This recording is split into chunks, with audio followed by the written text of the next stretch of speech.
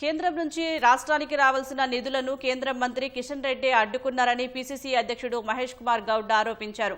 కేంద్ర మంత్రిగా కీలక శాఖలో ఉన్న కిషన్ రెడ్డి తెలంగాణకు ఎన్ని నిధులు ఇచ్చారో చర్చకు రావాలని డిమాండ్ చేశారు. మూసీ అభివృద్ధి, మెట్రో రెండో దశకు మోకాలడ్డుతున్న కిషన్ రెడ్డికి కాంగ్రెస్ ప్రభుత్వ పనితీరుపై ప్రశ్నించే హక్కు లేదని విమర్శించారు. తెలంగాణపై అడుగడుగునా వివక్ష చూపిస్తున్న మోదీని ప్రశ్నించే సామర్థ్యం లేని కిషన్ రెడ్డికి సోనియా గాంధీకి లేఖ రాసే హక్కు లేదన్నారు. మీరు ఇన్నేళ్లుగా కేంద్ర ప్రభుత్వంలో మంత్రిగా ఉండి తెలంగాణ రాష్ట్రానికి తెచ్చిందేమన్నా ఉందా? దాని మీద చర్చకు సిద్ధం. మీరు మా అధినేత్రికి లేఖ రాశారు. ఎన్నికలకు ముందు ఇచ్చిన వాగ్దానంలో మెజారిటీ అంశాలు పూరించినాం.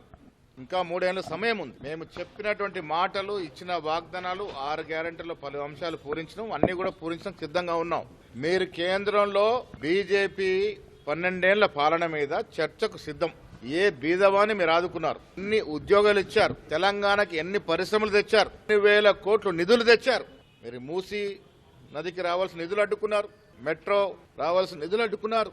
ఇవాళ దేశం గర్వించదగ్గ 4వ సీటుకి రాష్ట్ర ముఖ్యమంత్రి రేవంత్ రెడ్డి గారు రూపకల్పన చేస్తే కూడా దాని విషయంలో కూడా మీరు సహకరించట్లేదు. మేము ఇస్తున్న సంక్షేమం, బీద ప్రజలకి, అట్టడుగున్నట్టు జనానికి ఇస్తున్న సంక్షేమం మీద ఎప్పుడైనా చర్చకు సిద్ధం.